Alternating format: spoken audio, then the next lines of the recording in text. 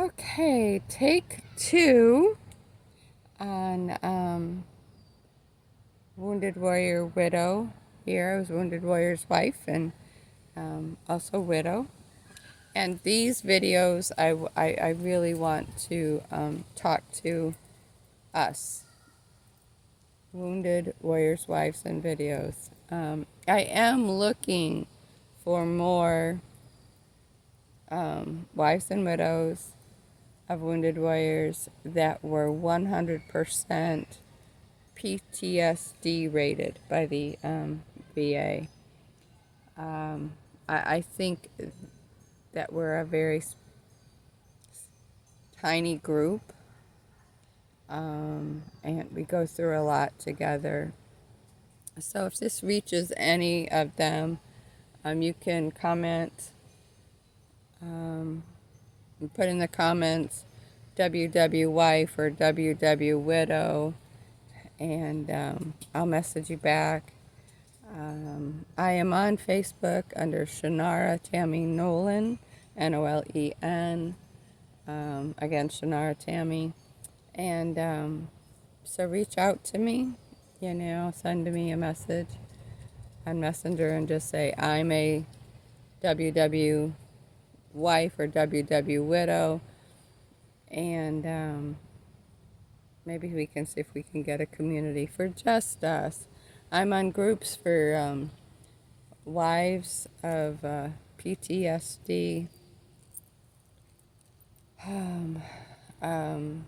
wounded warriors, wounded PTSD, wounded warriors, and again, I think we're a small group. We are often overlooked and judged hard, and it is really, really hard. I did not live in an area where they had necessarily couples therapy for us. It's kind of like they give you that rating and let you go. At least that's what happened in our situation. My husband also had cancer, which is now through the PACT Act attached.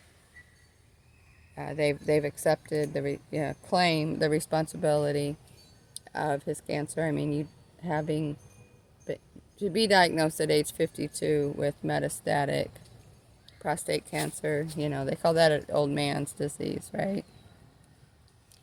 And anyway, my experience yesterday on 7/25, which was 8 months, the 8th month day, anniversary day of his passing, and 5 weeks since my mama passed. I was a little emotional and trying to get this all done. And one of the things they need is a letter from the VA acknowledging that you are the veteran's widowed spouse, and that you are receiving benefits. I guess they want to know that. So, like, I went in with a stack of things that were showing, what we get, and that I was his wife and all that. They're like, no, we don't care about your money. We want this. It's like, oh my gosh. And like, I cried. I made a video and then deleted it because it was like, I don't want to turn them loose, because you have to put everything in your name. You have to take everything out of your name as a couple and put it into your name only, and I'm just not ready for that. Just not ready for that. It's one thing to go from living a life where they occupy every moment of every day of your life to now, whoosh, push them out. Lots of mixed feelings there. Lots of mixed feelings, and I have a feeling. We Wounded Warriors wives and widows will understand that, right? Because to become 100% PTSD wounded. I mean, he was also rated 70% for heart and physical issues. So that was quite, anyway. um, I would love to hear other wives and widows' comments about what that's like. Like I can get my paper out for why they rated him. Yeah, he didn't apply for this one. We were at 70%, which included his PTSD and his physical stuff. And then, in January of 2019, we get a letter that he is 100% PTSD disabled. In addition to all the other stuff, that kind of they just handed it to him. um, that's countless calls to the crisis hotline, a few stays in and out of psych ward for him, lots of police involvement, you know, and where he is so much. I mean, see if you resonate with any of that. Just substance abuse, volatility, exploding for no reason, suspicious, paranoid, jealous, raging for no reason, you know, like having every door in the house that had a hole in it, so many walls had punches in them, and I've still got a lot I haven't fixed. Some of the doors, I took the mirrors off of them, and behind there are the punch holes, and I was like, oh yeah, I remember that. The disappearance, the very, very narcissistic like behavior, the lies, the disappearing, the cheating. I never thought I would fall into that category, but it happened. They said that, you know, these guys have a like low rate, like a 20% rate of successful just staying married. Yeah. So anyway, that's my thing that I'd like to get into touch with. I was ostracized by mostly his family. My family was there. They wavered a few times. I had some not so great reactions to what was going on. Couldn't figure it out. You know, you're trying to figure stuff out and you can't by yourself unless you already know. I loved my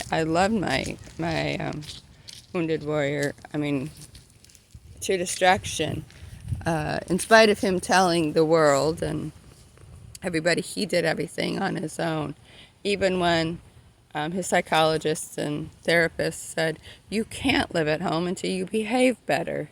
You know, they would be screaming at the kids or hurting the pets, hurting me. I mean, there was definitely domestic violence, but I always thought it was domestic violence with a writer for a reason. I mean, they're just not okay. When they rated him 100%, they were supposed to take away his guns and take away his license because, you know, seeing and hearing things that aren't there, being having homicidal and suicidal ideations. A few times he tried them. Definitely a few times on the homicidal, which is how I ended up. Yeah, we'll go into that another time. Not necessarily for public view because people tend to make fun and say nasty, stupid things to me. His family does anyway. They don't understand what it was like. You know, quick history for you WWWs. You know, I met my husband after my 25-year-old was killed, which was arranged by her dad, long story. And, oh my goodness, the flies are just something today. Anyways, and he just, I wasn't in a really good frame of mind to begin with, and then his PTSD, unknown to me, had been activated. He and his wife had agreed to live separately, and he was involved in an affair, and that was in the process of breaking up, and when he met me, so yay, it was fun. And I loved him. He was a motorcycle riding patriot, reminded me so much of my dad. I knew he was hurting, because I was involved with a lot of wounded warriors.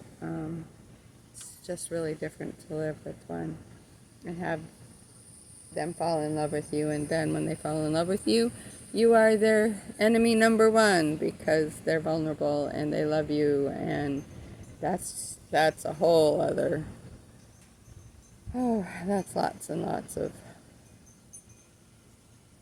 conversation. So, if you know of, again, I'm ShanarhaTammy on Facebook, and on Truth Talks and Real Truth Talks. This one will be going up on Real Truth Talks. I try to keep the military stuff on military and relationship stuff on Real Truth Talks.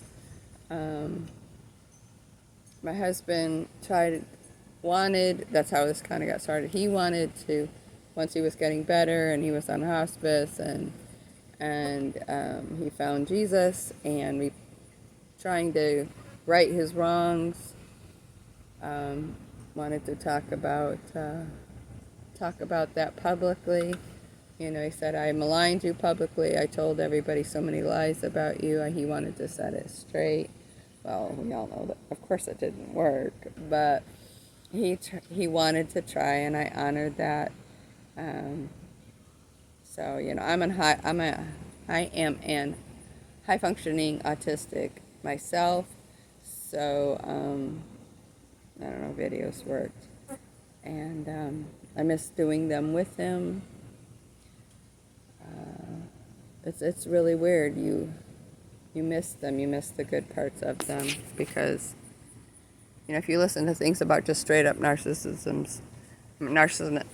they tell you they're bad and everything. But I think our guys have a lot more in play than just being that.